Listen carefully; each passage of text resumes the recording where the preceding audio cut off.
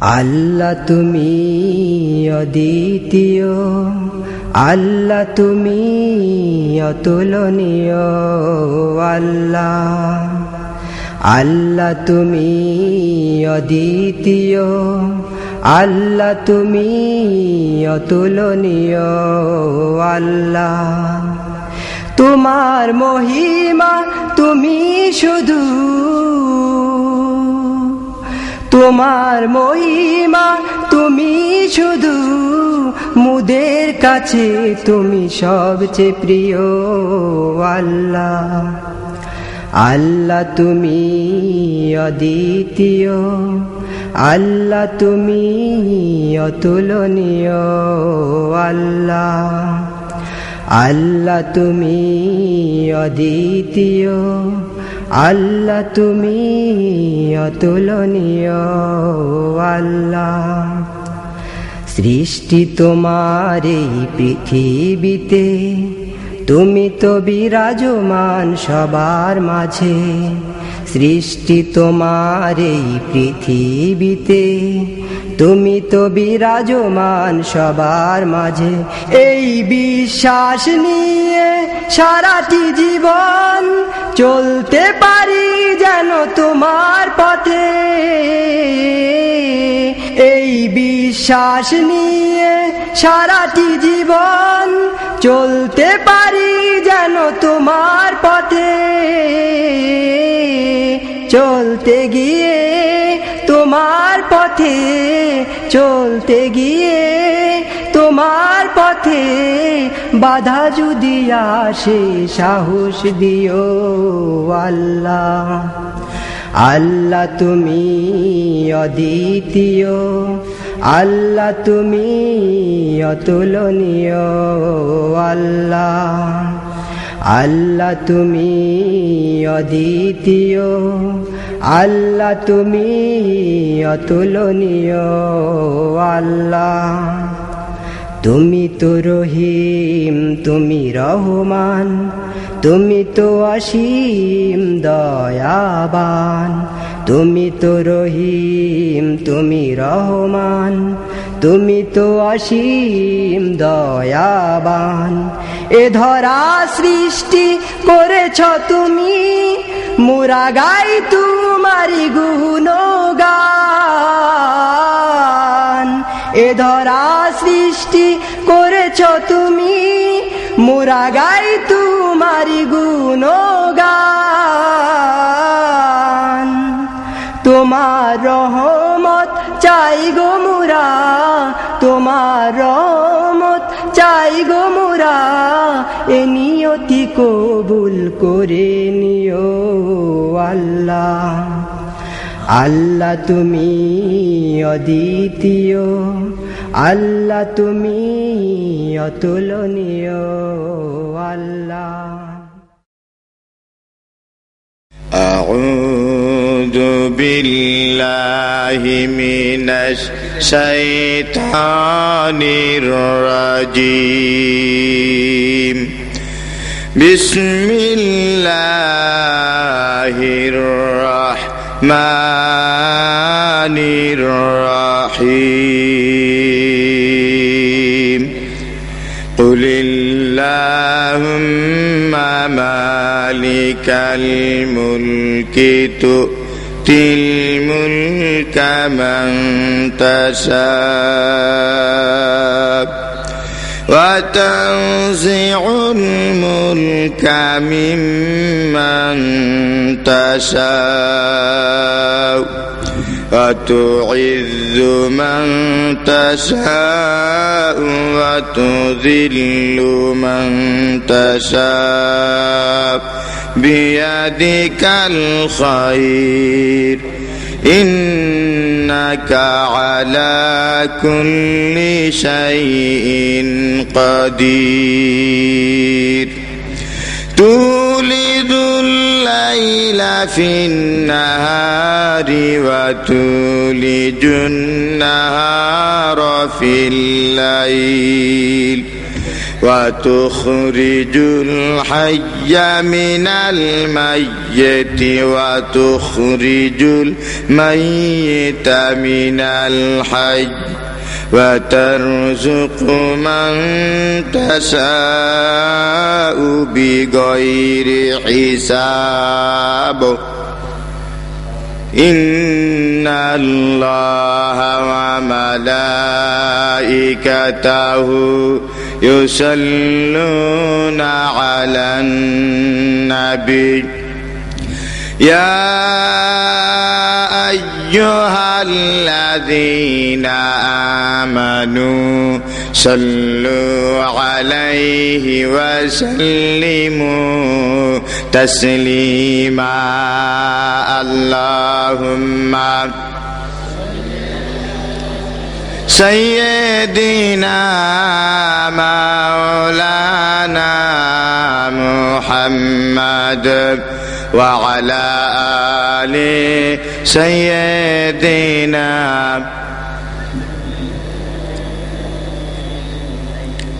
সম্মানিত ভাইরা, আমরা এখানে হাজার হাজার মানুষ, জবান ছেড়ে দিলে আওয়াজ মনে হয় আরো একটু বেশি হবে, ঠিক কিনা? সকলে জবান ছেড়ে দিয়ে পড়ি আল্লাহুম্মা সাল্লি আলা সাইয়্যিদিনা মাওলানা মুহাম্মদ ওয়া আলা আলি সাইয়্যিদিনা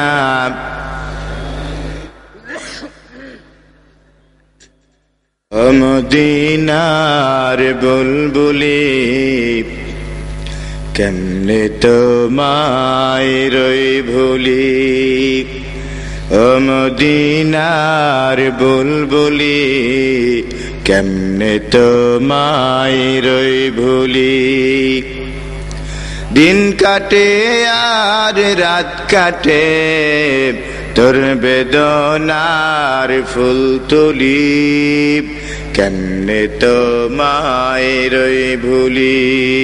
আল্লাহুম্মা সাইয়্যিদিনা মাওলানা মুহাম্মদ ওয়া আলা আলি সাইয়্যিদিনা। শ্রাবণ ধারা আনলো প্লাবন, নিভিল পৃথিবীর সকল দাহন। শ্রাবণ ধারা আনলো প্লাবন, নিভিল পৃথিবীর সকল দাহন। আষাঢ়ে আষাঢ়ে ভিজিল মরু, সাহারা পেল ছায়া তরু। তুমি দিলে রহমের সব, তুমি দিলে রহমের সব দ্বার খুলি, কেমনে তোমায় রই ভুলি।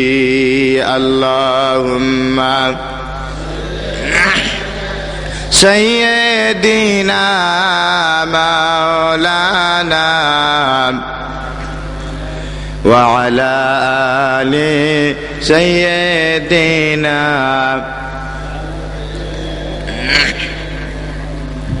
আল্লাহুম্মা আমিন। ربنا ظلمنا أنفسنا وإن لم تغفر لنا وترحمنا لنكونن من الخاسرين। يا الله يا رحمن يا رحيم يا حنان يا منان। হাজার হাজার মুসলমান নরনারী সঙ্গে নিয়ে 3 দিন ব্যাপী কোরআনে কারিমের মাহফিলের সমাপনী দিবসে গুনার বোঝা মাথায় নিয়ে তোমার শাহী দরবারে হাত তুলেছি। মেহেরবানি করে আমাদের সকলের হাতকে তুমি কবুল করে নাও রব্বুল আলামিন। সারা জীবন জেনে না জেনে, বুঝে না বুঝে, ইচ্ছায় অনিচ্ছায় অসংখ্য গুনাহ করেছি। মেহেরবানি করে আমাদের জীবনের সব গুনাহগুলি তুমি মাফ করে দাও। ইয়া আল্লাহ, আমরা যারা হাত তুলেছি, আমি জানি না আমাদের কোন ভাইয়ের মা জনম দুঃখিনী মা চিরদিনের জন্য বিদায় হয়ে গেছে। কার জন্ম দুঃখী জন্মদাতা পিতা পৃথিবীর বুক থেকে বিদায় হয়ে গেছে, আল্লাহ গো কবরের ভিতরে কি অবস্থায় রয়েছে আমরা জানি না। মেহেরবানি করে আমাদের মাতা পিতার কবরের আযাবকে তুমি মাফ করে দাও, কবরগুলিকে তুমি জান্নাতের টুকরা বানিয়ে দাও। রব্বুল আলামিন এই কোরআনে কারিমের মাহফিলের আয়োজন যারা করেছে, আমরা যারা বলার জন্য এসেছি আর যারা শোনার জন্য এসেছে, যারা আর্থিকভাবে সহযোগিতা করেছে, শ্রম দ্বারা সহযোগিতা করেছে, মানসিকভাবে সহযোগিতা করেছে, কিয়ামতের দিন মুসিবতের সময় এই মাহফিল আমাদের সকলের জন্য তুমি নাজাতের ওসিলা বানিয়ে দিও আল্লাহ। রব্বানা তাকাব্বাল মিন্না ইন্নাকা আনতাস সামিউল আলিম ওয়া তুব আলাইনা ইন্নাকা আনতাত তাওয়াবুর রহিম। সুবহানা রাব্বিকা রাব্বিল ইজ্জাতি আম্মা ইয়াসিফুন ওয়া সালামুন আলাল মুরসালিন ওয়ালহামদুলিল্লাহি রাব্বিল আলামিন। জনাব সম্মানিত সভাপতি, চন্দননগর ইউনিয়ন গোটা ইউনিয়নবাসী কর্তৃক আয়োজিত ঐতিহ্যবাহী 3 দিন ব্যাপী তাফসীরুল কোরআন মাহফিলের জনাব সম্মানিত সভাপতি, 3 দিন গত 2 দিন যারা এই মাহফিলে আলোচনা রেখেছেন, আজকে যারা রাখবেন, মঞ্চ উপবিষ্ট সম্মানিত উলামায়ে কেরাম, আমার আগে আলোচনা রেখেছেন নওগাঁ জামাত ইসলামীর আমির, এই ইউনিয়নের সম্ভবত চেয়ারম্যান সহ অন্যান্য বিভিন্ন রাজনৈতিক নেতৃবৃন্দ, সম্মানিত মেহমান বৃন্দ আপনাদের সামনে আলোচনা রেখেছেন। মঞ্চের পাশে ডানে বামে বিভিন্ন জায়গায় দাঁড়ানো এবং বসা সম্মানিত উলামায়ে কেরাম, আমার সামনে বসা বিভিন্ন এলাকা থেকে আগত ইসলাম প্রিয়, কোরআন প্রিয়, দিনদার, ইমানদার মুসলমান ভাইরা, পর্দার আড়ালে অবস্থানরতা মা ও বোনেরা, শ্রদ্ধেয় মুরব্বিয়ানে কেরাম, সমবয়স্ক যুবক বন্ধুগণ, স্নেহের কচি কাচারা, শৃঙ্খলায় নিয়োজিত প্রশাসনের সম্মানিত ভাইরা, আসসালামু আলাইকুম ওয়া রাহমাতুল্লাহ। সর্বপ্রথম শুকরিয়া আদায় করছি সেই মহান রব্বুল আলামিনের, যিনি সারা বিশ্বের প্রতিপালক, যিনি আমাদেরকে গোটা 2 দিন কষ্ট স্বীকার করে আলোচনা শোনার পর শেষ দিনে, আখির মোনাজাতের দিনে, সারাদিন হাড় ভাঙ্গা পরিশ্রম করার পর রাতের আরামের ঘুমকে হারাম করে আল্লাহর কোরআনের মহব্বতে এই বেহেশতের বাগানে আসা এবং বসার তৌফিক দান করেছেন, সে আল্লাহর শুকরিয়া আদায় করছি। সকলে প্রাণ খুলে বলি আলহামদুলিল্লাহ। আমরা যতগুলো মানুষ আল্লাহ শুকরিয়া আদায় করলাম, জবান ছেড়ে দিলে জোর মনে হয় আরো একটু বেশি হতো। ও ভাই, আমাদের কথা বলার শক্তি দিয়েছেন কে? আমাদের হাঁটার শক্তি দিয়েছেন কে? আমাদের কথা বলার, আমাদের হাসার শক্তি দিয়েছেন কে? আমাদের খাদ্য দেন কে? প্রশংসা হবে কার? হাঁটার সময় কার? খাওয়ার সময় কার? নামাজের সময় কার? সুদ খাওয়ার সময় কার?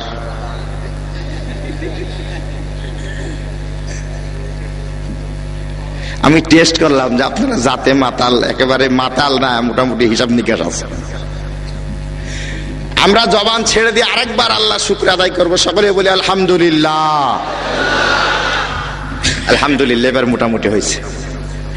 লাখো কোটি দরুদ ও সালাম মানবতার মহান শিক্ষক, সরওয়ারে কায়নাত, দোজাহানের বাদশাহ, বিশ্ব নবী, বিশ্ব নেতা জনাবে মুহাম্মদুর রাসূলুল্লাহ, সকলে বলি সাল্লাল্লাহু আলাইহি ওয়াসাল্লাম।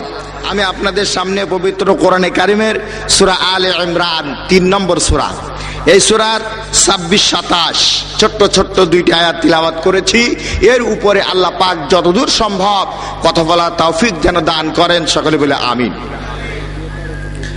সূরা নাম সূরা আলে ইমরান, নাজিল হয়েছে মদিনায়। এই সূরার ভিতরে ইমরানের বংশধর সম্পর্কে আলোচনা করা হয়েছে, যার কারণে সূরা নাম আলে ইমরান রাখা হয়েছে। মাদানী সূরা। এখন যে 2টি আয়াত তিলাওয়াত করেছি, এই দুইটি আয়াত নাজিল হওয়ার প্রেক্ষাপটটা আপনাদের সামনে পেশ করেই আলোচনা শুরু করব ইনশাআল্লাহ। মক্কার কাফেরেরা বদরের ময়দানে 1000-এর বিশাল বাহিনী নিয়ে বদরের ময়দানে গেছে, মুসলমানদেরকে চিরদিনের জন্য বদরের ময়দানে উৎখাত করতে পারে নাই। জোরে বলুন ঠিক নেবে ঠিক, আরো জোরে বলতে হবে ঠিক কিনা। বদরের ময়দানের 1000 বিশাল বাহিনীকে মাত্র 313 জন বাহিনী দিয়া পরাজিত করেছিলেন কে? আরো জোরে বলতে হবে করেছিলেন কে? ক্ষমতার মালিক কে? আজকের আলোচনার মূল সাবজেক্ট হলো ক্ষমতার মালিক হচ্ছেন আল্লাহ। বদরের ময়দানে ওরা 1000 বাহিনী নিয়েও লাভ হয় নাই। আল্লাহ পাক এমন সাইজ করা করেছেন, মক্কার বড় বড় নেতাগুলি প্রথম যুদ্ধ বদরের ময়দানে শেষ। জোরে বলো ঠিক কিনা। আসলো পরবর্তীতে উহুদের ময়দান। বদরের ময়দান থেকে ফিরে এসে পরিকল্পনা গ্রহণ করলো এখন কি করা যায়। এর ফলশ্রুতিতেই 1 বছর যেতে না যেতেই উহুদের ময়দানে আবার মুসলমানদের সাথে সাক্ষাৎ। ওরা চিন্তা করলো যে এবার মুসলমানদের আর রেহাই দেব না। কিন্তু একটা কথা মনে রাখতে হবে, ওদের যত চক্রান্ত আর ষড়যন্ত্র, সব চক্রান্ত আর ষড়যন্ত্রের খবর রাখেন কে? আল্লাহ পাক সব খবর রাখেন। আর আল্লাহ পাকের পরিষ্কার ঘোষণা হলো যে ইসলামের নূরকে পৃথিবীর বুকে আল্লাহ পাক টিকিয়ে রাখবেন। ওতে কাফেরদের কলিজায় আগুন ধরলে আল্লাহর কোনো আসা যায় না। যারা বলো ঠিক কিনা। আমার ভাইয়েরা, যেমন আল্লাহ রাব্বুল আলামিন সূরা সফের 8 নম্বর আয়াতে পরিষ্কার বলেছেন, ইউরিদুনা লিইউতফিউ নূরাল্লাহি বিআফওয়াহিহিম ওয়াল্লাহু মুতিম্মু নূরিহি ওয়ালাউ কারিহাল কাফিরুন। আল্লাহ পাক বলেন, ওরা চাই মুখের ফুৎকারে আল্লাহর নূরকে নিভিয়ে দিবে, কিন্তু আল্লাহ রাব্বুল আলামিন তার নূরকে পৃথিবীর বুকে প্রজ্বলিত রাখবেন। এতে কাফেরদের গায়ে যতই জ্বালা ধরুক না কেন। জোরে বলুন ঠিক কিনা। মক্কার কাফেরদের কলেজে আগুন ধরতো ইসলামের কথা শুনে, আল্লাহর বিধানের কথা শুনে, আল্লাহর কোরআনের কথা শুনে। বাংলাদেশের কোন ইসলামের এই রকমের দুশ্মন মনে হয় নাই। জবাব দেন আছে না নাই? আরো জোরে জবাব দিতে হবে, আছে না নাই?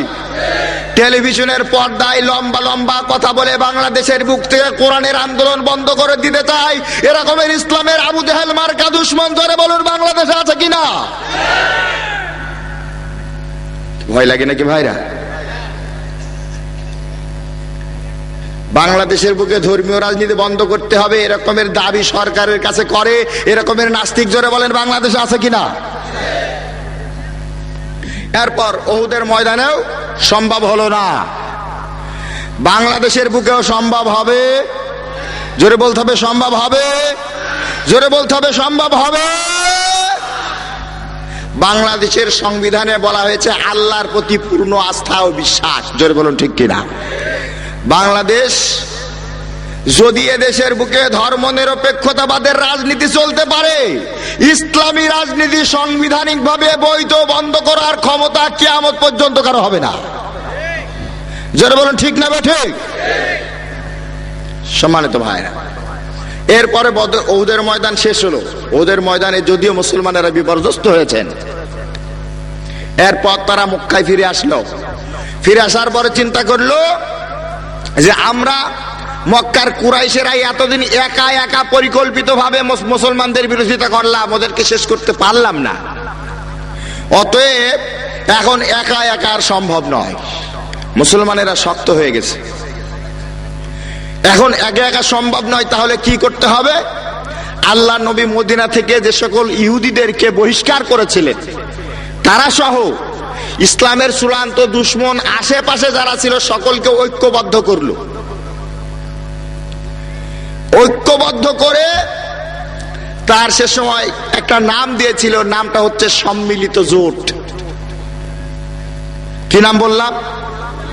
কি নাম বললাম? সম্মিলিত জোট। সম্মিলিত জোট গঠন করে মদিনা আক্রমণ করে চিরদিনের জন্য পৃথিবীর বুক থেকে মুসলমানদেরকে বিদায় করতে চায়। বিশাল বাহিনী নিয়ে মদিনার দিকে রওনা হয়ে গেছে। রাসূল করিম সাল্লাল্লাহু আলাইহি ওয়াসাল্লাম সাহাবীদেরকে নিয়ে পরামর্শ ডাকলেন। হযরত সালমান ফারসি রাদিয়াল্লাহু তাআলা আনহু সেদিন একটি পরামর্শ দিয়েছিলেন মদিনার চতুর্দিকে বাংকার খনন করার জন্য, খন্দক খনন করার জন্য। এই জন্য এই যুদ্ধের নাম হয়েছে খন্দকের যুদ্ধ। আরেকটি নাম আছে আহজাবের যুদ্ধ। কোরআন শরীফের ভিতরে সূরা আহজাব নামে একটি সূরা আছে, সৈন্যবাহিনী। আর এই সৈন্যবাহিনী দ্বারা, আহজাব দ্বারা যে সৈন্যবাহিনী বোঝানো হয়েছে তা হচ্ছে বহুজাতিক বাহিনী। আজকে বহুজাতিক বাহিনী হিসেবে পরিচিত ইহুদি খ্রিস্টানেরা ঐক্যবদ্ধভাবে মুসলমানদের উপরে যেখানে অত্যাচার আর নির্যাতন করতেছে, সেখানে তাদের পক্ষ থেকে একটা বাহিনী আছে যাকে বলা হয় বহুজাতিক বাহিনী। আফগানিস্তানে বলে ন্যাটো বাহিনী। যে বাহিনী বলি না কেন, ওরা হচ্ছে ইসলামের বিরুদ্ধে সম্মিলিত জোট। জোরে বলুন ঠিক না বেঠিক? আল্লাহ নবী সাহাবীদেরকে নিয়ে মদিনার চতুর্দিকে খন্দক খনন করা শুরু করলেন। বিশ্ব নবী জনাবে মুহাম্মদুর রাসূলুল্লাহ সাল্লাল্লাহু আলাইহি ওয়াসাল্লাম খন্দকের ময়দানে নিজ হাতে মাটি খনন করেছেন। সাহাবায়ে কেরাম রিদওয়ানুল্লাহু তাআলা আলাইহিম আজমাইন মাথায় করে করে মাটি বহন করেছেন। কখনো বিশ্বনবী মাথায় করে মাটি বহন করেছেন, সাহাবীগণ মাটি খনন করেছেন। আল্লাহ নবীর সাহাবীগণ জিজ্ঞাসা বলতেছেন, ইয়া রাসূলুল্লাহ, ইয়া হাবিবাল্লাহ, আমরা তো আপনার সাহাবী, আমরা কাজ করার জন্য আছি, আপনি কেন কাম করবেন, কেন কষ্ট করবেন? আল্লাহ নবী বলেন, সাহাবীগণ, এই শিক্ষা দেওয়ার জন্য আমি বিশ্বনবী পৃথিবীর বুকে আসি নাই। জোরে বলি সুবহানাল্লাহ। এরকমের নেতা দুনিয়ার বুকে আর একটাও কি হবে? আরো জোরে বলেন হবে? কিয়ামত পর্যন্ত আর হবে না। নেতা চেয়ার নিয়ে লম্বা মানে উঁচু চেয়ারে বসা থাকে, আর কর্মী বাহিনী কাজ করে, আর শুধু হুকুম ফলকায়, এইটা করো, ওইটা করো, ওইটা করো। জোরে বলুন ঠিক কিনা?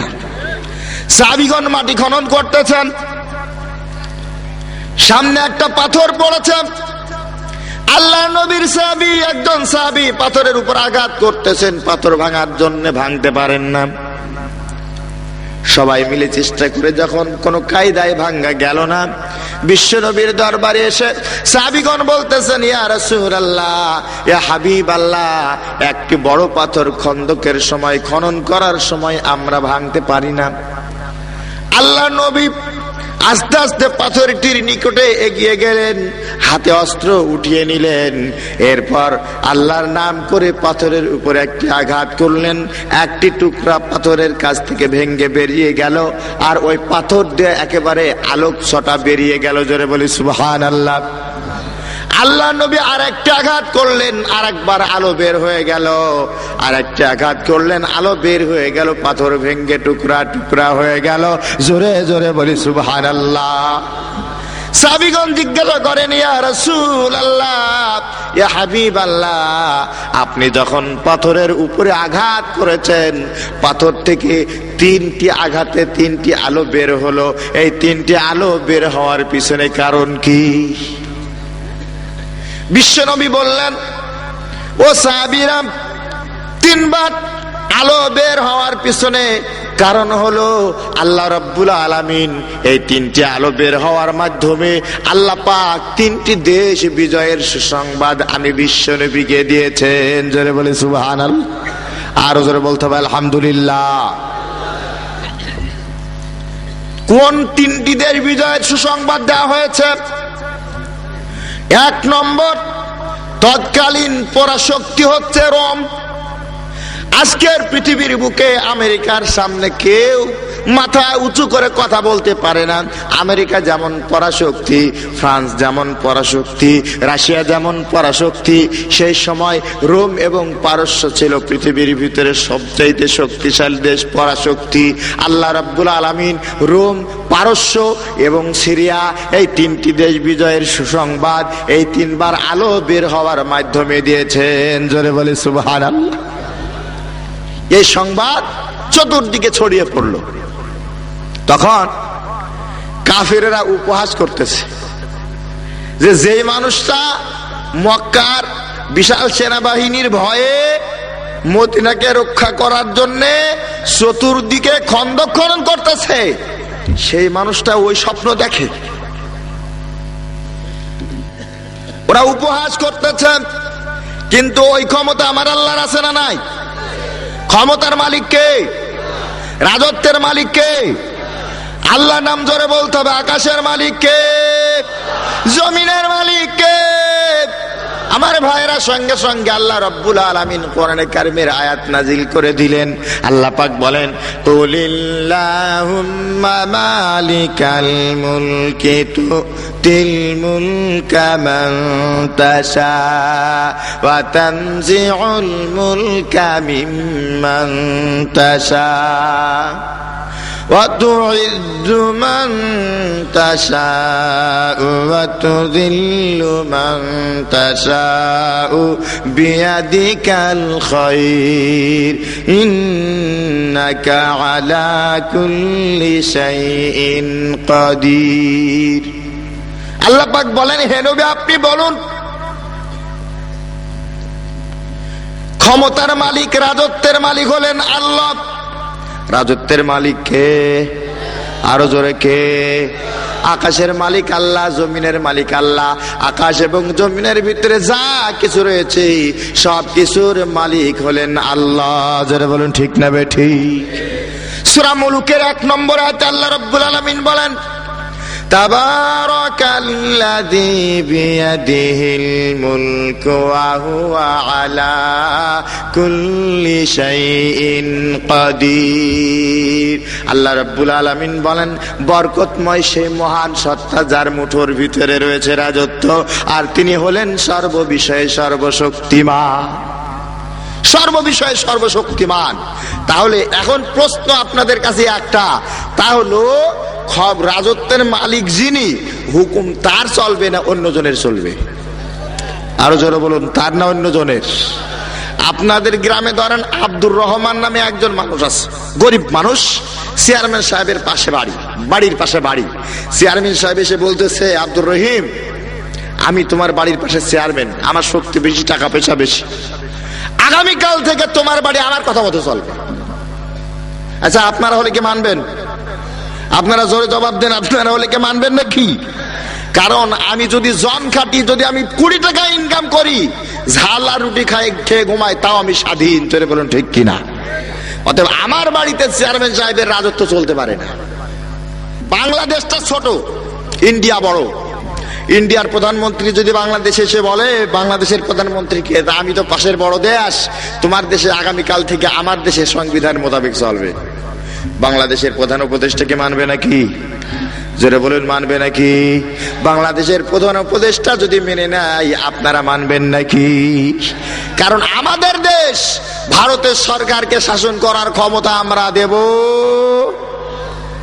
এখন কথা হলো, তাহলে আকাশ সৃষ্টি করলেন আল্লাহ, তার মানে হলো আকাশের মালিক আল্লাহ, জমিনের মালিক আল্লাহ, আমাদের মালিকও। তাহলে আকাশে কার হুকুম চলে? আকাশ সৃষ্টি করলেন আল্লাহ, আকাশে আল্লাহর হুকুম চলে। আকাশে কোনো বিশৃঙ্খলা, জোরে বলুন হয় নাকি? হয় না। আল্লাহ রাব্বুল আলামিন বললেন, স্রষ্টা যদি দুজন হতো, লাউ কানা ফীহিমা আলিহাতুন ইল্লাল্লাহু লাফাসাদাতা। মহাবিশ্বের স্রষ্টা যদি একজনের পরিবর্তে দুইজন হয়ে যেত, বিশৃঙ্খলা সৃষ্টি হয়ে যেত। একজন বলতো সূর্য পূর্ব দিক থেকে উঠবে, আর একদিন বলতো না 10 বছর পূর্ব দিক থেকে উঠবে, 10 বছর পশ্চিম দিক থেকে উঠবে। জোরে বলুন ঠিক না ঠিক? এরকম বিশৃঙ্খলা সৃষ্টি হয়ে যেত। অতএব আকাশে আল্লাহর হুকুম চলে, তাই ওখানে কোনো বিশৃঙ্খলা হয় না। জমিনের বুকেও যদি সে আল্লাহর হুকুম চলতো, জমিনের বুকেও কোনো বিশৃঙ্খলা হতো না। জোরে বলুন ঠিক কিনা? যে আল্লাহ এই বিশাল আকাশ পরিচালনা করতে পারেন, সে আল্লাহ জমিন পরিচালনা করার ক্ষমতা রাখে না? রাখে না? আরো জোরে বলতে হবে, রাখে না? রাখে না? যে আল্লাহ আকাশ পরিচালনার ক্ষমতা রাখেন, সে আল্লাহ জমিন পরিচালনার ক্ষমতাও রাখেন। কিন্তু আমরা হলাম মানুষ, আমরা এত গাফেল যে আল্লাহ আমাদের সৃষ্টি করলেন, আকাশ সৃষ্টি করলেন, জমিন সৃষ্টি করলেন, আমাদের মতো সুন্দর মানুষগুলিকে সৃষ্টি করলেন, আমাদের জন্য অসংখ্য নাজ নিয়ামত যে আল্লাহ দিলেন, সে আল্লাহর হুকুম মানতে আমরা মানুষ আমাদের ভালো লাগে না। জোরে বলুন ঠিক না বে ঠিক? আল্লাহ রাব্বুল আলামিন এই জন্য বললেন, আফা গায়রা দীনিল্লাহি ইয়াবগুন ওয়া লাহু আসলামা মান ফিস সামাওয়াতি ওয়াল আরদি তাওআন ওয়া কারহা। আল্লাহ পাক বললেন, তোমরা কি আল্লাহর দেওয়া দ্বীনের পরিবর্তে, আল্লাহর দেওয়া বিধানের পরিবর্তে মানুষের তৈরি করা আইন এবং কানুনকে গ্রহণ করতে চাও নাকি? অথচ আকাশ এবং জমিনের ভিতরে যা কিছু রয়েছে, ইচ্ছাই হোক আর অনিচ্ছাই হোক, আমি আল্লাহর হুকুম মানে। জোরে বলুন ঠিক কিনা? সূর্য কার হুকুম মানে? আল্লাহর নাম আরো আসতে, সূর্য কার হুকুম মানে? প্রতিদিন সূর্য পূর্ব দিগন্তে উদিত হয়, পশ্চিম দিগন্তে অস্ত যায়। কোনোদিন তো এমনটি হলো না সূর্য বলতেছে রব্বুল আলামিন সারা জীবন একই কাম করতে আর ভালো লাগে না, আগামীকাল থেকে পশ্চিম দিক দিয়ে উঠবো। এরকমের ঘটনা কখনো ঘটে নাকি? তাল গাছে কখনো আম ধরে না, কাঁঠাল গাছে কখনো আনারস ধরে না, আঙ্গুর গাছে কখনো বেল ধরে না। জোরে বলুন ঠিক কিনা? প্রত্যেকে তাদের দায়িত্ব সঠিকভাবে পালন করে, কিন্তু আমরা মানুষ, আল্লাহর হুকুম মানতে আমাদের ভালো লাগে না। অথচ আল্লাহ রাব্বুল আলামিন বললেন যে তোমরা যদি আমার দেওয়া গাইড বুক, মেশিনওয়ালা যেমন গাইড বুক দেয়, আল্লাহ রাব্বুল আলামিন আমাদের জন্য গাইড বুক দিয়েছেন। সেই গাইড বুকের নাম কি? আরো জোরে বলতে হবে, সেই গাইড বুকের নাম কি? এই গাইড বুক অনুযায়ী যদি তোমরা তোমাদের জীবনকে পরিচালনা করতে পারো, তাহলে তোমাদের জীবনের সব সমস্যার সমাধান আল্লাহ রাব্বুল আলামিন করে দেবেন। জোরে বলুন ঠিক কিনা? আল্লাহ রাব্বুল আলামিন বললেন, ফামান তাবিআ হুদায়া ফালা খাউফুন আলাইহিম ওয়ালা হুম ইয়াহজানুন। আল্লাহ রাব্বুল আলামিন বললেন, আমার দেওয়া এই গাইড বুক, আমার দেওয়া এই হেদায়েতের অনুকরণ যারা করবে, তাদের জন্য ফালা খাউফুন আলাইহিম ওয়ালা হুম ইয়াহজানুন, তাদের জন্য কোনো প্রকার ভয়ও নাই, কোনো প্রকার চিন্তাও নাই। তাহলে আল্লাহর দেওয়া হেদায়েতের অনুসরণই করতে হবে। শুধু তাই নয়, আমাদের জন্ম থেকে মৃত্যু পর্যন্ত, দোলনা থেকে কবর পর্যন্ত, ব্যক্তিগত জীবন থেকে শুরু করে পারিবারিক জীবন, সামাজিক জীবন, রাষ্ট্রীয় জীবন, আন্তর্জাতিক জীবন, রাজনৈতিক জীবন, জীবনের সকল ক্ষেত্রে হুকুম মানব কার? আরো জোরে বলতে হবে, হুকুম মানব কার? নামাজ পড়বো আল্লাহর হুকুম মোতাবেক, রোজা করব আল্লাহর হুকুম মোতাবেক, হজ করব আল্লাহর হুকুম মোতাবেক, রাজনীতি করব শয়তানের হুকুম মোতাবেক। জোরে বলুন, রাজনীতি কার হুকুম? আরো জোরে বলুন, কার হুকুম? আল্লাহর হুকুম। আমাদের দেশের একদল মানুষ বলে, হুজুর যা করবেন করবেন, খবরদার মঞ্চে রাজনীতি করবেন না। এরকমের চোখ রাঙা করা মানুষ দুনিয়ার বুকে জোরে বলুন আছে না নাই? আরো জোরে বলতে হবে, আছে না নাই? বা মুসলমান দাবি করেন, মাথায় টুপি, মুখে দাড়ি, সে গায়ের গন্ধে ভূত পালাই নাম রাখছে আতর আলী, জীবনে এক ওয়াক্ত নামাজও পড়ে না, নাম মোহাম্মদ আব্দুল মুমিন। এরকম মুসলমান আছে না নাই? মুসলমান দাবি করে, নামাজ কালাম মাঝে মাঝে পড়ে, আর বলবে হুজুর যা করবা করবা, রাজনীতি করবো না। কিন্তু কোরআন শরীফের ভিতরে আল্লাহ পাক রাজনীতি করেছেন না করেন নাই? আরো জোরে বলেন, করেছেন না করেন নাই? আল্লাহ পাক বললেন যে তোমরা ওয়ালতাকুম মিনকুম উম্মাতুন ইয়াদউনা ইলাল খায়র ওয়া ইয়া'মুরুনা বিল মা'রুফি ওয়া ইয়ানহাউনা আনিল মুনকার। অবশ্যই তোমাদের ভিতরে একটা দল থাকা দরকার। আর ওরা বলে যে আমরা নিরপেক্ষ। বলে না? জোরে বলেন, বলে না? ওরা বলে আমরা নিরপেক্ষ। একজন নবীও এই দুনিয়ার বুকে নিরপেক্ষ ছিলেন নাকি? জোরে জবাব দিতে হবে, ছিলেন নাকি? প্রত্যেক নবী ছিলেন ধর্মের পক্ষে। জোরে বলুন ঠিক কিনা? অতএব মুসলমানের পরিচয় দিয়া ধর্ম নিরপেক্ষ এই পরিচয় দেওয়ার অধিকার কোন মুসলমানের নাই। আমার ভাইরা, এই জন্যে মুসলমান যদি তুমি হও, তুমি থাকবা আল্লাহর দলের পক্ষে। চলে বলুন ঠিক কিনা? আল্লাহর দলের পক্ষে থাকবা। আবার আরেক দল দেখবেন বলে যে আমরা হলাম বামপন্থী। বাংলাদেশে আছে না নাই? সূরা ওয়াকিয়ার ভিতরে আল্লাহ বললেন যারা ডানপন্থী ওরা যাবে জান্নাতে, আর যারা বামপন্থী ওরা জাহান্নামে। দুনিয়ায় থেকে পরিচয় দিতে যে আমরা জাহান্নামী। অবশ্যই তোমাদের ভিতরে একটা দল থাকা দরকার যারা মানুষদেরকে কল্যাণের দিকে আহ্বান করবে, সৎ কাজের আদেশ করবে, অসৎ কাজ থেকে নিষেধ করবে, ওরাই সফলতা অর্জন করবে। জোরে বলুন ঠিক কিনা? শতকরা বাউলাইকা হুমুল মুফলিহুন, ওরাই সফলতা অর্জন করবে। বাংলাদেশের শতকরা ৮৬% মুসলমান দাবি করে, কিন্তু জমিন আল্লাহর, আকাশ আল্লাহর। একদল মানুষ আল্লাহর আইন কায়েমের জন্য চিল্লায়, জীবন দেয়, জেল খাটে, কিন্তু ইসলাম কায়েম হয় না। যেটা বলুন ঠিক কিনা? এর পিছনে কারণ কি? আমি হিসাব নিকাশ করে করে একটা কারণ বের করেছি। তা হলো, একটা গল্প বলবো, রাগ করবেন না তো আপনারা? আচ্ছা, আমরা হলাম আদমশুমারির মুসলমান। কি বললাম? আদমশুমারির মুসলমান। ৬০-৬৫ বছরের বৃদ্ধ, চুলদাড়ি পাখা, রিক্সা চালায়, এরকমের মানুষ কি নওগাঁ জেলায় আছে? ৬০ বছরের বুড়া রিক্সা চালায়। আচ্ছা ভাই, যারা রিক্সা চালায় ওদের খাসির গোশত খাওয়া কয়দিন জোটে বছরে? একটু জবাব দেন। ঈদের দিন যদি পাড়ায় খাসি কুরবানি হয় তো ভাগ্য ভালো, নইলে ওদিনও জোটে না। জোরে বলুন ঠিক কিনা? আপনাদের এলাকায় খাসির গোশতের কেজি কত?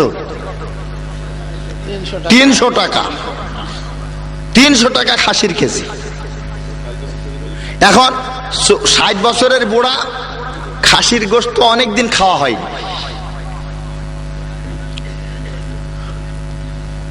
অনেক কষ্ট করে কিছু টাকা গুছিয়ে ১ বছর পর ১ কেজি চর্বিওয়ালা খাসির গোশত কিনেছে।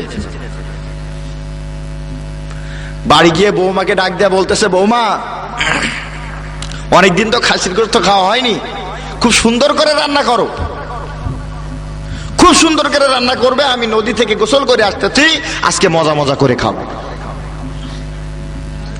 বৌমা রান্না করতেছে খাসির গোশত, আর শ্বশুর মশাই গেছেন নদীতে গোসল করার জন্য। বৌমা রান্না করতে গিয়ে রান্নার শেষ প্রান্তে আসলে আমাদের এলাকায় বলা হয় যে তরকারি ঝোল চাকে। আপনারা কি বলেন? জি, আপনারা ঝোল চাকা বোঝেন তো। এখন ঝোল চাকতে গিয়ে ঝোল থেকে টেস্ট হচ্ছে না, 1 পিস গোশত মুখে দিয়েছে। অনেকদিন তো শ্বশুর যেমন খায়নি, বৌমাও খায়নি। 1 পিস খেয়ে মনে হচ্ছে মুখের তৃপ্তি মেটলে না, আরেক পিস মুখে দিয়েছে। 1 পিস 2 পিস করে 1 কেজি খাসির গোশত 10-12 পিস হয়, সব শেষ, 1 পিসও নাই। এখন চিন্তা করতেছে, এখন শ্বশুরকে আমি বুঝাই কেমনে? এরপর শ্বশুর গোসল করে আসছে, আসার পরে দুপুরবেলা খেতে বসেছে। খেয়াল করে দেখে বৌমা সবজি দিচ্ছে, বেগুনের তরকারি, আলুর তরকারি, মূলার তরকারি, গোশতের খবর নাই। বলতেছে, বৌমা ব্যাপারটা কি? আমি 1 কেজি সেই চর্বিওয়ালা খাসির গোশত কিনলাম, তো সেই গোশত কই? বলতেছে, আব্বা সেই কথা বলে আপনি আমার আবার লজ্জা দেন। আপনি গেছেন নদীতে গোসল করতে, আর আমি গোশত রান্না করে, আমরা যেটা ঢাকি ওইটাকে সরপোষ বলি, আপনারা কি বলেন? ঢাকনা। ঢাকনা দিয়ে ঢেকে আমি টিউবওয়েলে পানি আনতে গিয়েছিলাম। আমাদের বাড়ির যে দুষ্টু বিড়ালটা, ওই দুষ্টু বিড়ালটা ঢাকনা উল্টে 1 কেজি খাসির গোশত সব খাইছে, যা আছে তা বিড়ালের ঝোটা ঝোল। এই জন্য আপনাকে আমি ঝোলও দিতে পারছি না। শ্বশুর চিন্তা করতেছে, হায় হায়, পানি আনতে গেল আর বিড়ালে 1 কেজি গোশত সব খাইছে, এই হিসাব যে মেলে না। শ্বশুর কিন্তু কম চালাক না। ঠিক আছে, সবজি দিয়ে খাইছে, সবজি দিয়ে খাইছে। খাওয়ার পর হাত ধোয়া কেবল কমপ্লিট হয়েছে, ইতিমধ্যে বিড়াল ঘরের ভিতরে হাজির। বাড়ির পোষা বিড়ালটা দরজা আটকে দিছে, বিড়াল ধরেছে, 4টি পা 2টি রশি দ্বারা সাইজ করে বেঁধেছে। দাড়ি পাল্লা হাজির করেছে। এক পাল্লায় বিড়াল, আর এক পাল্লায় 1 কেজি। ওজন করে দেখতেছে, হায় হায়, বিড়ালের ওজন 1 কেজি। গোস্ত খাইছে কতটুকু? 1 কেজি বিড়ালের ওজন। বলতেছে, বৌমা তুমি যে বললে যে বিড়ালে 1 কেজি গোস্ত নাকি সব খাইছে, তো বুঝলাম এটা তো গোস্ত, তো সে বিড়াল কই? আর এটা যদি বিড়াল হয় তো সে গোস্ত কই? শতকরা 86% মুসলমান বাংলাদেশে বাস করে, আপনারা বললেন তো ইসলাম কই? 51% মুসলমান যদি বাংলাদেশে হয়, 1 ঘন্টা সময় লাগবে না আল্লাহর জমিনে আল্লাহর দিন কায়েম হতে। ধরে বলুন ঠিক না বেঠিক? আমরা হলাম আদমশুমারির মুসলমান। মুসলমান নামে বান্দা ভেরি গুড, মুসলমান নামে বান্দা ভেরি গুড, আখেরাতে বলবেন আল্লাহ জাহান্নামে গেট আউট। তাই রাগ হচ্ছে আপনাদের? মুসলমানের ঘরে জন্ম নিয়ে বলে কোরআনের রাজনীতি করা যাবে না। হোয়াট? এই অধিকার কে দিয়েছে? যদি কেউ বলে রাজনৈতিক অধিকার নাই, রাজনীতি করা যাবে না, আল্লাহর কোরআনের রাজনৈতিক আয়াতগুলিকে সে অস্বীকার করে, জোরে বলুন ঠিক কিনা? আল্লাহর কোরআনের একটি আয়াতকে যে অস্বীকার করে, জোরে বলুন সে মুসলমান না কাফের? আরো জোরে বলতে হবে, মুসলমান না কাফের? মুসলমানের ঘরে জন্ম নিয়ে কোরআনের রাজনীতির বিরোধিতা করতে লজ্জা করা উচিত। আর আমি মাঝে মাঝে বলি, শুধু তাই না, ওর রক্ত টেস্ট করা দরকার। আমার ভাইরা, তাহলে রাজত্বের মালিক হলেন আল্লাহ, আকাশের মালিক আল্লাহ, জমিনের মালিক আল্লাহ, হুকুম দেওয়ার এখতিয়ার একমাত্র আল্লাহর, আইন রচনা করার এখতিয়ার একমাত্র আল্লাহর, সংবিধান রচনা করার এখতিয়ার একমাত্র আল্লাহর। আল্লাহ ছাড়া মানুষের জীবন পরিচালনার জন্য আইন রচনা করার অধিকার আল্লাহ রাব্বুল আলামিন মানুষকে দেন নাই। জোরে বলুন ঠিক না বেঠিক? এই সূরার প্রথম অংশ গেল রাজত্বের মালিক আল্লাহ। আল্লাহ রাব্বুল আলামিন বললেন, কুলিল্লাহুম্মা মালিকাল মুলকি তুতিল মুলকা মান তাশা। আল্লাহ পাক বলেন, হে নবী আপনি বলুন, তুমি হচ্ছে রাজত্বের মালিক, তুমি আল্লাহ, তুমি যাকে ইচ্ছা রাজত্ব দান করো। রাজত্ব দান করেন কে? আর জোরে বলুন কে? 9 বছরের রাজা 10 বছরের সাজা দেওয়ার ক্ষমতা আমার আল্লাহর আছে না নাই? জোরে বলতে হবে, আছে কিনা? এই ইতিহাস আপনাদের মনে আছে? এটা বাংলাদেশের ইতিহাস। আল্লাহ পাক কেমন করে রাজত্ব দান করতে পারেন তার প্রমাণ খেয়াল করি আমরা একটু। হযরত ইউসুফ আলাইহিস সালামের নাম আমাদের কারো অজানা নয়, জোরে বলুন ঠিক কিনা? হযরত ইউসুফ আলাইহিস সালাম ছোট্টবেলায় আল্লাহ নবীর ছেলে, আল্লাহ রাব্বুল আলামিনের ইচ্ছা হলো তাকে মিশরের প্রেসিডেন্ট বানাবেন, কিন্তু তার 10 ভাই আল্লাহর খলিল, আল্লাহর পয়গম্বর হযরত ইউসুফ আলাইহিস সালামকে হত্যা করার ষড়যন্ত্র করেছিল। এই খবর আমার আল্লাহ জানে না, জানে না। আল্লাহ রাব্বুল আলামিন বলেন, ওয়া ইয়ালামু মা ফিল বাররি ওয়াল বাহরি ওয়া মা তাসকুতু মিন ওয়ারাকাতিন ইল্লা ইয়ালামুহা। আকাশে যা ঘটে সব খবর আল্লাহ জানে না, জানে না? দুনিয়ার বুকে যা ঘটে সে খবর আল্লাহ জানে না, জানে না? হাজার হাজার মাইল পানির নিচে যা ঘটে সব খবর আল্লাহর জানা। শুধু তাই না, এমনকি পৃথিবীর কোন গাছের কোন পাতাটি কোন সময় ঝরে জমিনে পড়ে যায় আমার আল্লাহ রাব্বুল আলামিনের দরবারে খবর হয়ে যায়। আরেক জায়গায় আল্লাহ পাক বলেন, মা ইয়াকুনু মিন নাজওয়া সালাসাতিন ইল্লা হুয়া রাবিউহুম ওয়ালা খামসাতিন ইল্লা হুয়া সাদিসুহুম ওয়ালা আদনা মিন যালিকা ওয়ালা আকসারা ইল্লা হুয়া মাআহুম আইনামা কানু। আল্লাহ রাব্বুল আলামিন আলামিন বলেন, তোমরা যদি তিনজনে মিলে পরামর্শ করো, কার বাড়ি শীত কাটবা, কার গাছে কাঁঠাল পাড়বা, কার মাথায় লাঠি মারবা, কাকে চিরদিনের জন্য লাঠি পিটা পিটা করে রাস্তার উপরে হত্যা করবা, তোমরা যদি তিনজনে মিলে পরামর্শ করো, ওই জায়গায় চতুর্থ সত্তা যিনি থাকেন তিনি হলেন আল্লাহ। জোরে বলুন ঠিক কিনা? তোমরা যদি পাঁচজনে মিলে পরামর্শ করো, ওই জায়গায় ষষ্ঠ সত্তা যিনি থাকেন তিনি হলেন আল্লাহ।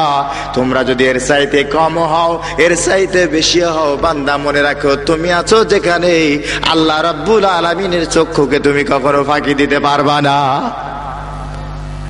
10 ভাই পরিকল্পনা করলো আল্লাহর পয়গম্বর হযরত ইউসুফ আলাইহিস সালামকে চিরদিনের জন্য হত্যা করে ফেলবে পিতার ভালোবাসা পাওয়ার জন্য। বিস্তারিত ঘটনা আমার ঘটনা উদ্দেশ্য নয়, শুধুমাত্র বোঝানোর জন্য মাঠের ভিতরে নিয়ে গেছে, কুয়ার ভিতরে তাকে ফেলে দেবে, কুয়ার ভিতরে ফেলে দেবে। তাফসীরের ভিতরে এসেছে হযরত ইউসুফ আলাইহিস সালামকে যখন কুয়ার ভিতরে ফেলে দিয়েছে, শিশুপুত্র আল্লাহর নবী ফুটফুটে সুন্দর চেহারার মানুষ, কুয়ার দুইটি ধারি দুইটি আঙ্গুল দ্বারা, 2 হাত দ্বারা এমন ভাবে চেপে ধরেছেন, আর ভাইদেরকে বলতেছেন, ভাইরা তোমরা আমাকে মেহেরবানি করে এভাবে হত্যা করো না, তোমাদের বাড়িতে আমি যাব না, তোমাদের সঙ্গে আমি থাকবো না, তোমাদের ভালোবাসা আমি কেড়ে নেব না, কিন্তু মেহেরবানি করে তোমরা আমাকে হত্যা করো না, জীবনের মতো না আমাকে হত্যা করো না। হযরত ইউসুফ আলাইহিস সালাম যখন কুয়ার ভিতরে পড়তেছেন আর 2 হাত ধারিতে দাঁড় ধরে এভাবে বলতেছেন, তখন ওর সেই আরেক ভাই একটি লাঠি দ্বারা 2টি আঙ্গুলের উপরে প্রচন্ড জোরে একটা আঘাত করেছে, আঙ্গুল ফেটে ফিনকি দিয়ে রক্ত বেরিয়ে গেছে। হযরত ইউসুফ আলাইহিস সালাম পড়ে গেলেন। আমার ভাইরা, আল্লাহ রাব্বুল আলামিন ইউসুফ আলাইহিস সালামকে সেদিন হেফাজত করেছিলেন। জোরে বলুন কে? আরো জোরে বলুন কে? জীবনের মালিক কে? আল্লাযী খালাকাল মাউতা ওয়াল হায়াতা লিয়াবলুয়াকুম আইয়ুকুম আহসানু আমালা। আল্লাহ পাক বলেন, জীবন সৃষ্টি করেছে আমি আল্লাহ, মৃত্যু সৃষ্টি করেছে আমি আল্লাহ, আর আমি আল্লাহ পরীক্ষা করতে চাই তোমরা কে কতটুকুন ভালো কাজ করতে পারো। তুমি যদি আমার জমিনে আমার দিন কায়েমের কাজ করো, আমাকে ভালোবাসতে চাও, আমার নবীকে ভালোবাসতে চাও, আমার কোরআনকে যদি ভালোবাসো, আমার জমিনে আমার দিন প্রতিষ্ঠার কাজ যদি তুমি করো, তোমার উপর যখন চতুর্দিক থেকে বিপদ মুসিবত নেমে আসতে পারে, তোমার উপরে অত্যাচার হতে পারে, নির্যাতন হতে পারে, তোমাকে জেলখানায় ঢুকানো হতে পারে। যেটা বলুন ঠিক না ঠিক? ইসলাম আল্লাহ দিন কায়েমের কাজ করলে জেলখানায় ঢুকতে হতে পারে না? পারে না? আরো জোরে বলুন, পারে না? পারে না? বাংলাদেশের বুকে ইসলামী আন্দোলনের নেতাদের মাঝে মাঝে জেলখানায় ঢোকা লাগে না? লাগে না? কয়দিন আগে ঢোকা লেগেছে। জোরে বলুন ঠিক কিনা? তোমাকে এই সময় তোমাকে যারা কোরআনের দুশমন, শয়তানের দল, ওরা তোমাকে হত্যার পরিকল্পনা করতে পারে? পারে না? পারে না? রাস্তার উপর পিটিয়ে পিটিয়ে হত্যা করতে পারে না? পারে না? এরকমের পরিবেশও তোমার তৈরি হতে পারে, কিন্তু তুমি মনে রাখবে জীবনের মালিক হলেন আল্লাহ।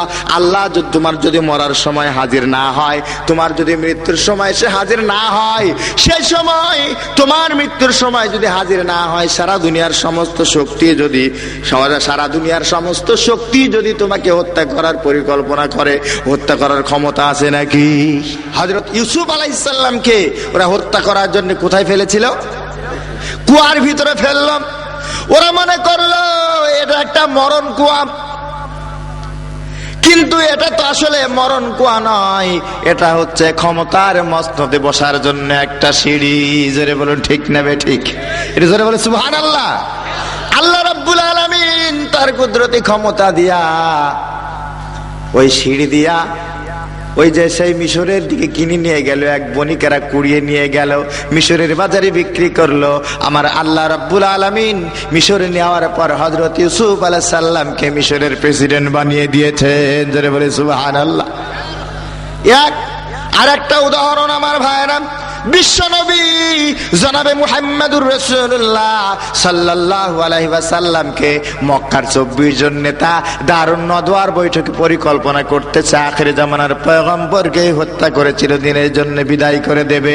ওদের ওই পরিকল্পনার খবর আমার আল্লাহর চোখে ওরা ফাঁকি দিতে পেরেছে নাকি? পারে নাই। বিশ্বনবী জনাবে মুহাম্মদুর রাসূলুল্লাহ সাল্লাল্লাহু আলাইহি ওয়াসাল্লাম হযরত আবু বকর সিদ্দিক রাদিয়াল্লাহু তাআলা আনহুকে সঙ্গে নিয়ে মদিনার রাস্তায় রওনা হয়ে গেছেন। চতুর্দিকে খোঁজাখুঁজি শুরু হয়ে গেল, কোথায় গেল? আবু জেহেল ঘোষণা করলো, জীবিত হোক আর মৃত হোক, কেউ যদি আব্দুল্লাহর বেটা মুহাম্মদ সাল্লাল্লাহু আলাইহি ওয়াসাল্লামকে জীবিত অথবা মৃত অবস্থায় ধরে এনে দিতে পারে 100 লাল উট পুরস্কার দেওয়া হবে। আমার ভাইরা সারা রাত হাঁটলেন, ওরা সারাদিন খুঁজলো, কোথাও পেল না। গুহার ভিতরে আল্লাহ নবী হযরত আবু বকর সিদ্দিক রাদিয়াল্লাহু তাআলা আনহুকে সঙ্গে নিয়ে বিশ্রাম করেছেন। ওখানেও মক্কার কাফেররা ঘোরাঘুরি করতেছে। আল্লাহর কুদরত বোঝা বড় দায়, আবাবিল ঢেল চড়ে আর আব্রাহার বাহিনী পালায়। জোরে বলুন ঠিক না ঠিক? ওরা গুহার চারিদিকে ঘোরাঘুরি করতেছে। একজন বলতেছে মনে হয় এই গুহার ভিতরে থাকতে পারে, আরেকজন বলতেছে না, যদি গুহার ভিতরে থাকতো গুহার মুখে মাকড়সার জাল থাকতো না। মাকড়সার জালের ব্যবস্থা করেছেন কে? মাকারু ওয়া মাকারাল্লাহ আল্লাহু খায়রুল মাকিরিন। ভাইরা বিরক্তি বোধ করেন নাকি আপনারা? তোমরা যত চক্রান্তর পরিকল্পনা করো না কেন, তোমাদের সব পরিকল্পনা ধ্বংস করার ক্ষমতা যিনি রাখেন, সেই শ্রেষ্ঠ পরিকল্পনাকারী হলেন আমার আল্লাহ। জোরে বলুন ঠিক না ঠিক? ওরা গুহার মুখে ঘুরতেছে। হযরত আবু বকর সিদ্দিক রাদিয়াল্লাহু তাআলা আনহু বিশ্বনবী জনাবে মুহাম্মদুর রাসূলুল্লাহ সাল্লাল্লাহু আলাইহি ওয়াসাল্লামকে ডাক দিয়া বলতেছেন, ইয়া রাসূলুল্লাহ, ইয়া হাবিবাল্লাহ, আমরা মনে হয় ধরা পড়ে গেলাম। কাফেরদের পা দেখা যায়, ওরা নিচের দিকে তাকালে দেখে ফেলবে। আল্লাহ নবী জনাবে মুহাম্মদুর রাসূলুল্লাহ সাল্লাল্লাহু আলাইহি ওয়াসাল্লাম আবু বকর সিদ্দিক রাদিয়াল্লাহু তাআলা আনহুকে ডাক দেয়া বলতেছেন, আবু বকর রে, চিন্তা করো না, লা তাহজান ইন্নাল্লাহা মা'ানা। চিন্তা করো না, চিন্তার কোনো কারণ নাই। আমরা শুধুমাত্র দুজন নই, আমাদের সাথে আরেক সত্তা আছেন, তিনি হলেন আল্লাহ। তিনি কে? তিনি তো রাজত্বের মালিক, তিনি তো ক্ষমতার মালিক, তিনি আমাদের সঙ্গে রয়েছেন। গোয়া থেকে ওরা ফিরে চলে আসলো। আমার ভাইয়েরা, বিশ্বনবীকে আল্লাহ পাক কেমন করে ক্ষমতার মসনদে বসালেন? আল্লাহ পাক কেমন করে ক্ষমতার মসনদে বসাতে পারেন? যে মানুষটা মক্কার মানুষদের অত্যাচারে আর নির্যাতনে অতিষ্ঠ হয়ে মক্কার মানুষেরা মক্কা থেকে মদিনায় যেতে যাকে বাধ্য করলো, সেই একাকী মানুষটাকে আল্লাহর পরিকল্পনা মোতাবেক আল্লাহ পাক নিয়ে যেতেছেন। বিশ্বনবী হযরত আবু বকর সিদ্দিক রাদিয়াল্লাহু তাআলা আনহুকে সঙ্গে নিয়ে মদিনার রাস্তায় চলতেছেন। মক্কায় খবর হয়ে গেছে 100 লাল উট পুরস্কার পাওয়া যাবে। মক্কার ডাকাত নাম তার সুরাকা 70 জন সঙ্গী নিয়া খোঁজ যখন পেয়েছে, মরুভূমির ধুলি উড়াতে উড়াতে বিশ্বনবীর দিকে রওনা হয়ে গেছে। দূর থেকে দেখা যায় হযরত আবু বকর সিদ্দিক রাদিয়াল্লাহু তাআলা আনহু পিছনের দিকে তাকিয়ে দেখেন ধুলা উঠতেছে। আল্লাহ নবীকে ডাক দেয়া বলেন, ইয়া রাসূলুল্লাহ, ইয়া হাবিবাল্লাহ, ওই যে ধুলা উঠতেছে, আমার মনে হয় এই মরুভূমির মাঝখানে সুরাকা ছাড়া এত ধুলা ওড়ানোর ক্ষমতা কারো নাই, সুরাকা হবে। আল্লাহ নবী বলেন, আবু বকর চিন্তা করো না, কিছুক্ষণের ভিতরে সুরাকা দ্রুত গতিতে চলে আসতেছে, বিশ্ব নবীকে হত্যা করবে, জীবিত হোক মৃত হোক আবু জেহেলের কাছে হাজির করবে। 100 লাল উট পুরস্কারের আশায়, পুরস্কারের লোভে জীবনে কত ডাকাতি করেছে, কত সম্পদ উপার্জন করেছে, কিন্তু একবারে 100 লাল উটের আশায় তাকে পেয়ে বসেছে। আস্তে আস্তে নিকটবর্তী হয়ে গেলাম। খানিক দূর দাঁড়িয়ে থেকে ডাকতেছে, দাঁড়াও। আখিরি জামানার পয়গম্বর জনাবে মুহাম্মদুর রাসূলুল্লাহ সাল্লাল্লাহু আলাইহি ওয়াসাল্লাম পিছনে ঘুরে দাঁড়িয়ে দেখেন সুরাকা হাজির।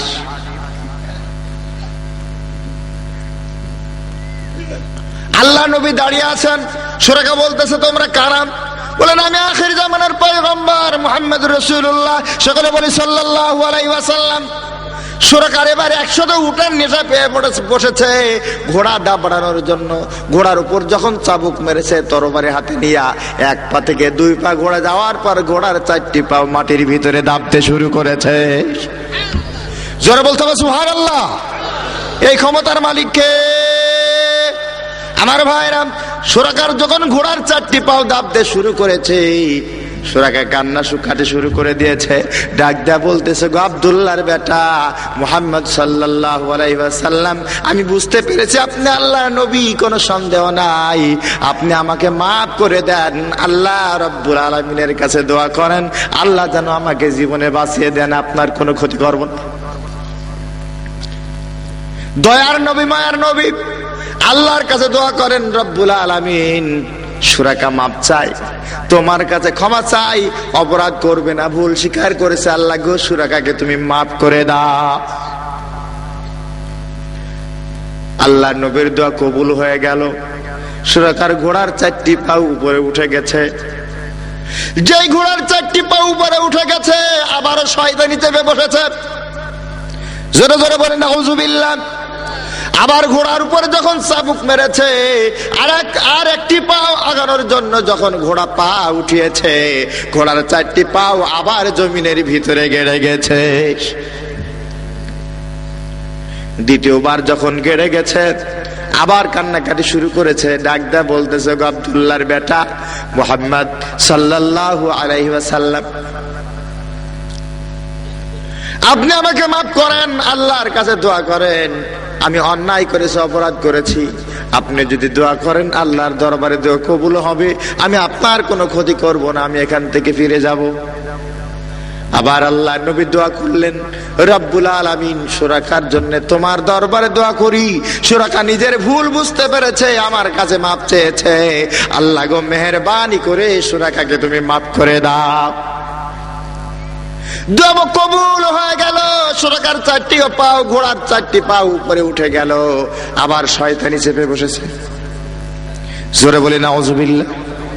আবার যখন সামনের দিকে এগোনোর চেষ্টা করেছি, এবার একবারে ঘোড়ার দাবনা পর্যন্ত, সুরাকার হাঁটু পর্যন্ত জমিনের ভিতরে গেড়ে গেছে। এমন অবস্থা শুরু হয়েছে, এবার চিৎকার করে কাঁদতেছে, বলতেছে, ইয়া রাসূলুল্লাহ, ইয়া হাবিবাল্লাহ, আপনি আমার মাফ করেন, 3বার ভুল করলাম, শয়তানি চেপে বসেছে, আপনি আমার মাফ করেন, আল্লাহর কাছে দোয়া করেন। ওর চোখের পানি বিশ্বনবীর দয়ার উদ্রেক হয়েছে। বিশ্বনবী তার জন্য আবার দোয়া করলেন, দোয়া কবুল হলো। সুরাকা এবার মাথা নিচু করে বিশ্বনবীর দরবারে হাজির। আল্লাহ নবী বলতেছেন, সুরাকা মদিনায় যেতেছি, তুমি এখন কি করবা? বলে, আমি মক্কায় ফিরে যাব। তো বলছে, ফিরে যাবে, কিন্তু আমরা যে এই রাস্তা দিয়ে যেতেছি এই কথাটা তুমি যেন কাউকে বলবা না। সুরাকা আবার বলতেছে, ইয়া রাসূলুল্লাহ, ইয়া হাবিবাল্লাহ, আমি আপনাকে এসেছিলাম হত্যা করার জন্য 100 লাল উট পুরস্কারের লোভে, কিন্তু আপনাকে হত্যা না করে যে মক্কায় ফিরে যেতেছি, এই জন্য আপনি আমাকে কিছু পুরস্কার দেবেন না? আসলে হত্যা করতে পারলো না, না হত্যা করলো না, যে পারলো না। আর ও বলতেছে, আপনাকে হত্যা করলাম না, তার জন্য আমাকে কিছু পুরস্কার দেবেন না? কত বড় ফাজিল! আল্লাহ নবী বলতেছেন, হ্যাঁ তোমাকে পুরস্কার দেওয়া হবে। কি পুরস্কার? বলে, তোমাকে পারস্য সম্রাটের রাজমুকুট উপহার দেওয়া হবে। যারা বলে সুবহানাল্লাহ। এবার মাথা নিচু করে ঘুরে যে স্যার বলতে, আসলে দেবে না তো তাই। যে মানুষটা রাতের অন্ধকারে মক্কা থেকে লুকিয়ে লুকিয়ে মদিনায় হিজরত করতেছে, সে নাকি ওই পারস্য সম্রাটের রাজমুকুট উপহার দেবে। মনে মনে বলতে বলতে মক্কার দিকে ফিরে যাচ্ছে। আমার ভাইরা, এই ক্ষমতা আমার আল্লাহর আছে না নাই? আরো জোরে বলুন, আছে কিনা? হযরত ওমর রাদিয়াল্লাহু তাআলা আনহু যখন অর্ধেক পৃথিবীর খলিফা, পারস্য মুসলমানদের কাছে পরাজিত হলো, হযরত ওমর রাদিয়াল্লাহু তাআলা আনহুর সামনে পারস্য সম্রাটের রাজমুকুটটা এনে হাজির করা হয়েছে। হযরত ওমর রাদিয়াল্লাহু তাআলা আনহু আল্লাহ নবীর সাহাবীদেরকে ডাকতেছেন আর বলতেছেন, দেখো সুরাকা কোথায় আছে, খবর দাও। সুরাকাকে খবর দেওয়া হলো। হযরত ওমর ফারুক রাদিয়াল্লাহু তাআলা আনহু বললেন, সুরাকা, মদিনায় হিজরতের দিন বিশ্বনবী তোমাকে এই যে পারস্য সম্রাটের রাজমুকুট উপহার দেওয়ার ওয়াদা করেছিলেন, সেই রাজমুকুট আজকে তোমার ওয়াদা পূরণ হয়েছে, তুমি তুলে নাও। জোরে বলি সুবহানাল্লাহ। আল্লাহ যাকে ইচ্ছা তার রাজত্ব দান করার ক্ষমতা রাখেন। জোরে বলুন ঠিক না ঠিক? বেশি মাতব্বরি করে বলে আমরা নির্বাচন করলেই ক্ষমতায় চলে যাবো, এরকমের কথা বলা মেলা মানুষ বা মেলা নেতা বাংলাদেশে আছে না নাই? জোরে বলেন আছে না নাই?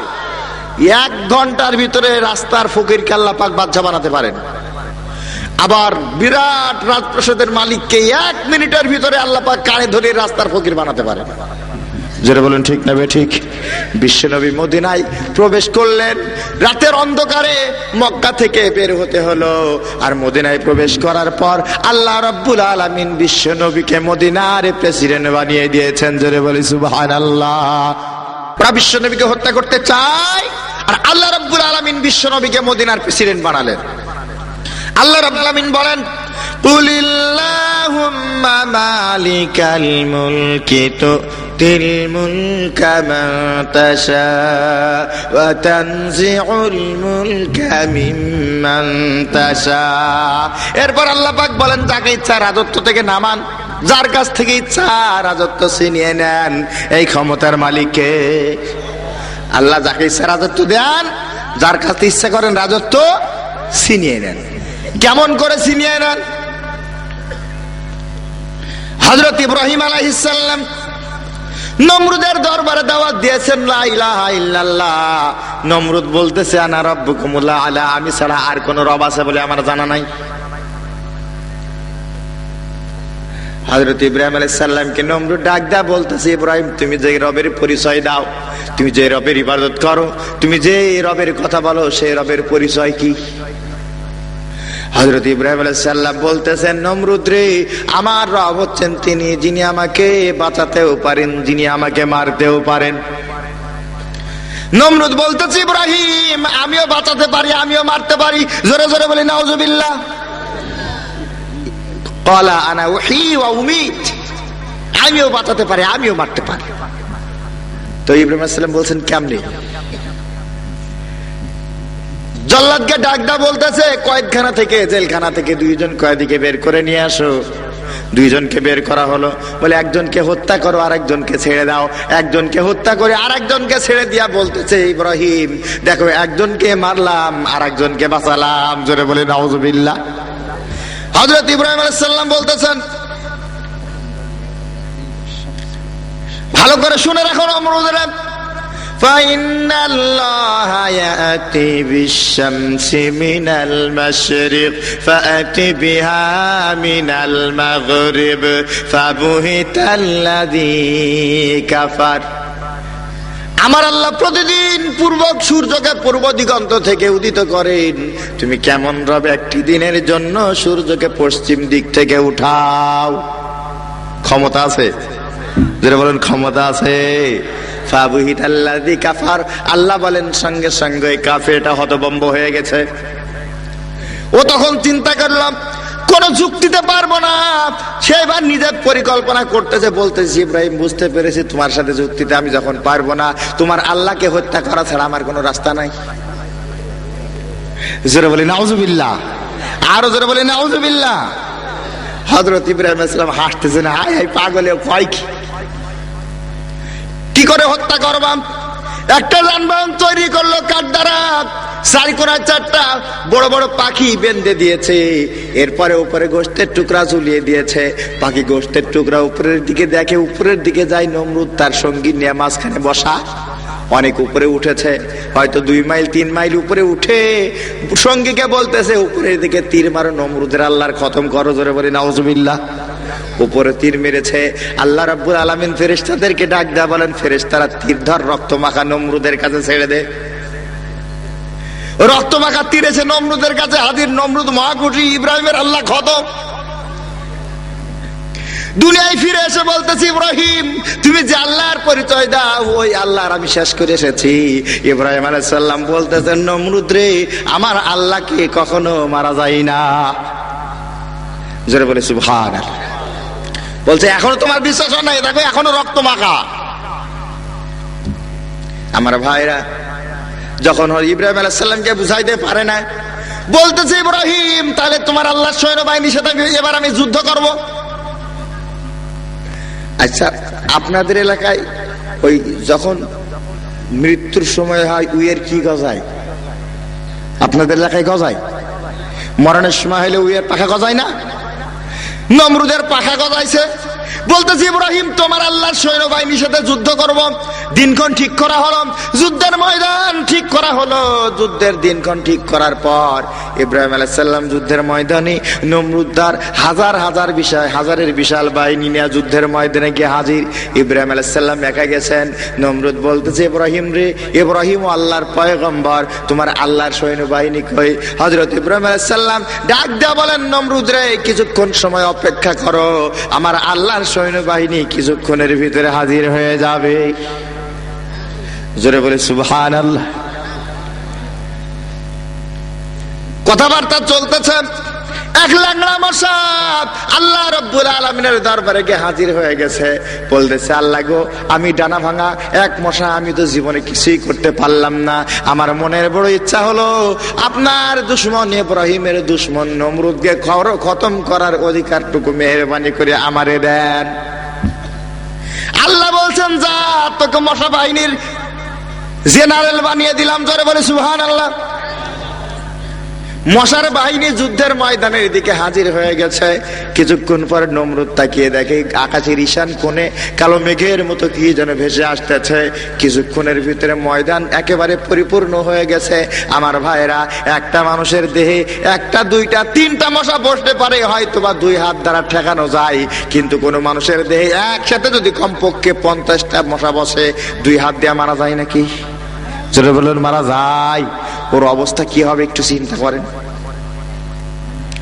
যখন মশাই কামড়ায়, কামড়ের চোটে ময়দানে কেউ দাঁড়াতে পারে না।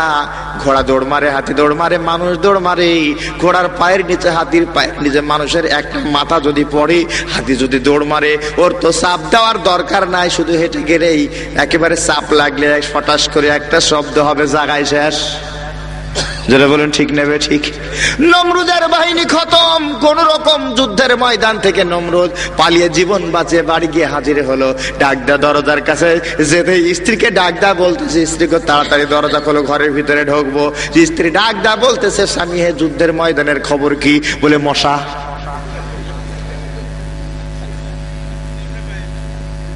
তাড়াতাড়ি দরজা খোলো। দরজা খোলা হলো, ভিতরে প্রবেশ করে স্ত্রী বলতেছে, ব্যাপারটাকে মশা মশা জিকির করো কেন? আমি জিজ্ঞাসা করতেছি যুদ্ধের ময়দানের খবর কি? নমরুদ বলতেছে মশা। কোনো কথা নাই মুখে। তাড়াতাড়ি জানালা বন্ধ করো, তাড়াতাড়ি দরজা বন্ধ করো। বলে মশা তো আমি কি করবো? বলে স্ত্রীকে তুমি বুঝবা না, মশা আর মশা। বলে মশা আর মশা মানে? যুদ্ধের ময়দানের অবস্থা খারাপ, মশাই সৈন্যবাহিনী খতম করেছে। তো বলতে, তোমার কি মাথাটা খারাপ হয়েছে নাকি? মাথা খারাপ হবে কেন? এ কথা বলতে না বলতে সেই ডানা ভাঙা মশা রুমের ভিতরে হাজির। জোরে বলে সুবহানাল্লাহ। নমরুদের দাবনার উপরে বসেছে। স্ত্রী বলতেছে, স্ত্রীকে ডাকদা বলতেছে, প্রাণের স্ত্রী, এই দেখো সেই মশা আমার সৈন্যবাহিনীর জীবনের বানাইছে দশা। স্ত্রী বলে, থাপ্পড় মারো কষা। একটা থাপ্পড় বসাইছে, একটা ডিগবাজি খেয়ে নাকের ভিতরে প্রবেশ করে নমরুদের হেড অফিসে হাজির। হেড অফিসে গিয়া মশাই কামড় শুরু করেছে। স্ত্রীকে বলতেছে, মাথা টেপো, ভিতরে যদি কামড়াই উপরে টিপে মজা পাওয়া যায় নাকি? জোরে বলুন, মজা পাওয়া যায়? মজা পাওয়া যায় না। বলে জোরে জোরে থাবা মারো, তাতেও মজা হয় না। শেষ পর্যন্ত দেখে, হ্যাঁ, জোরে জোরে যখন থাবা মারে মশাই কামড় বন্ধ করে। আবারও তখন থাবানো বন্ধ হয়, মশার কামড় শুরু হয়। এ আর এক কায়দা। জোরে বলুন ঠিক নেবে ঠিক। এই কায়দায় চলতেছে। কিন্তু স্ত্রী আর কতদিন মাথা থাবাবে? ও তো আরো কাম কাম আছে। শেষ পর্যন্ত লোক নিয়োগ করলো মাথা থাবানোর জন্য, কিন্তু হাতের থাবায় আর সুবিধা হয় না। শেষ পর্যন্ত নমরুদ বুদ্ধিজীবীদেরকে আহ্বান করলো। কাদেরকে? বুদ্ধিজীবী, তারা বুদ্ধি বিক্রি করে খায়। বুদ্ধিজীবী মানে দুনিয়ায় সব ইসলামের কাটা কাটা দুশ্মন বেশি হয়। জোরে বলেন ঠিক নেবে ঠিক, জোরে বলেন ঠিক কিনা। শয়তান হলো বুদ্ধিজীবী আর আদম আলাইহিস সালাম হলো জ্ঞানী। আগে ভুল বললাম কথা। শয়তান বুদ্ধিজীবী। খেয়াল করেন, হযরত আদম আলাইহিস সালামকে সৃষ্টি করার পর আল্লাহ রাব্বুল আলামিন বললেন সিজদা করো, উসজুদু লিআদামা ফাসাদাদু ইল্লা ইবলিস। সবাই সিজদা করলো, ইবলিস সিজদা করলো না। আবা ওয়াস্তাকবারা ওয়া কানা মিনাল কাফিরিন, অহংকার করলো, অস্বীকার করলো, সে কাফের হয়ে গেল। আল্লাহ বললেন ইবলিস তুমি সিজদা করলা না কেন?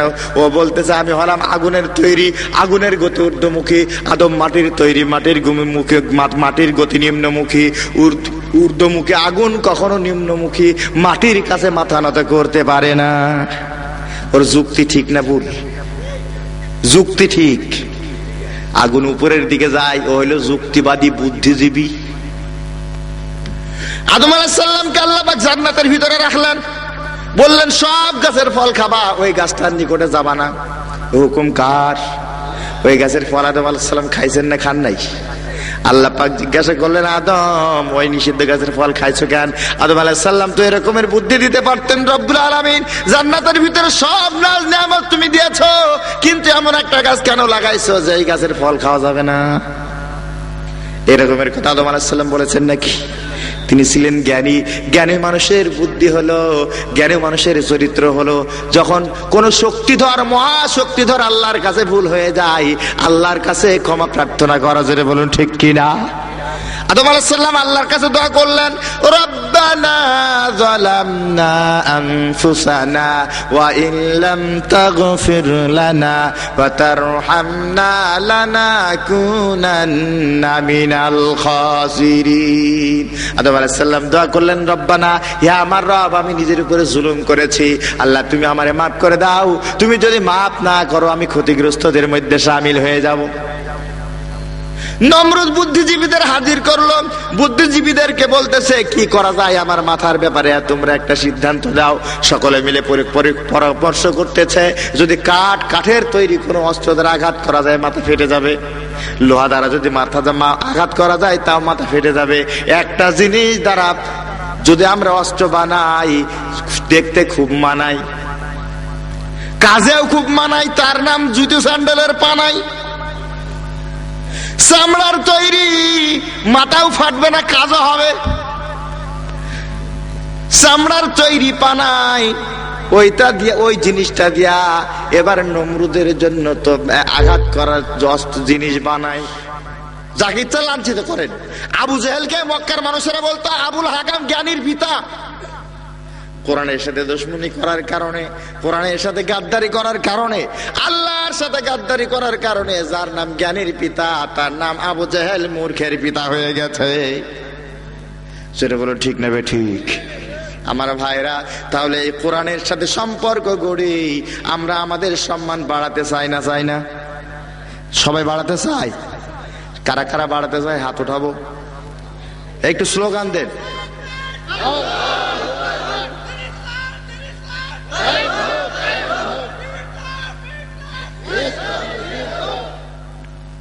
আলহামদুলিল্লাহ, কোরআনের সাথে আমরা যেদিক দিয়েই হোক, যেভাবেই হোক, যদি আমাদের সম্পর্ক গড়ি, আমাদের সম্মান আল্লাহ পাক বাড়াবে। সম্মানিত ভাইরা, এই জন্যে একটি বিষয় আলোচনা শেষ প্রান্তে এসে আপনাদেরকে আমি বলবো, তা হচ্ছে কোরআনে কারিমের মাহফিলে আমরা যারা অর্থনৈতিক সহযোগিতা করেছি, এটাও কোরআনের সাথে সম্পর্ক গড়া। জোরে বলুন ঠিক নেবে ঠিক, আর জোরে বলুন ঠিক নেবে ঠিক। আর যদি কোরআনের সাথে সম্পর্ক গড়ি, কোরআনের মাহফিলের সাথে সম্পর্ক গড়ি, তাফসির মাহফিলের সাথে সম্পর্ক গড়ি, আমাদের সম্মান বাড়বে না কমবে? এই কোরআনে কারিমের মাহফিল কিয়ামত পর্যন্ত এই ছাত্রা ময়দানে টিকে থাক, আমরা সবাই কি চাই? সকলে চাই। কারা কারা চায় আরেকবার হাত উঠাবো। আল্লাহ পাক কবুল করুন, সকলে বলি আমিন। এই মাহফিলকে কিয়ামত পর্যন্ত কবুল করুন, সকলে বলি আমিন।